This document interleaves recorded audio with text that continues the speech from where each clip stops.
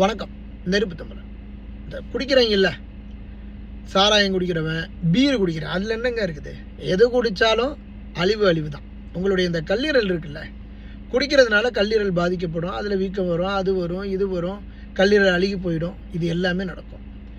ஒரு கல்லீரலினுடைய மாற்று அறுவை சிகிச்சைக்கு ஒரு டிரான்ஸ்பிளான்டேஷன் பண்ணணும் அப்படின்னா கிட்டத்தட்ட 1000% பொருந்தணும். அதற்கப்புறம் உங்கள் குடும்பத்தில் உள்ளவங்க உங்களுக்கு நான் கல்லீரல் கொடுக்குறேன்னு முன் வரணும். ஒரு கல்லீரலினுடைய மாற்று அறுவை சிகிச்சை 48 லட்சம் ரூபாய் நம்ம ஊரினுடைய மதிப்புப்படி. அப்போ குடிக்கிறவனெல்லாம் கையில் ஒரு 50 லட்ச ரூபாயை வச்சுக்கிட்டு குடி. அதே போல் உங்கள் வீட்டில் உள்ளவங்ககிட்ட கல்லீரலை எனக்கு கொடுத்துரு அப்படின்னு கேட்டுட்டு அனுமதி வாங்கிட்டு குடி. இதுதான். குடிக்கிறவனை கல்யாணம் பண்ணுறதும் தப்பு, குடிக்கிறவனை கல்யாணம் பண்ண போகிறதும் தப்பு, குடிக்கிறவன் கூட வாழ்கிறதும் தப்பு.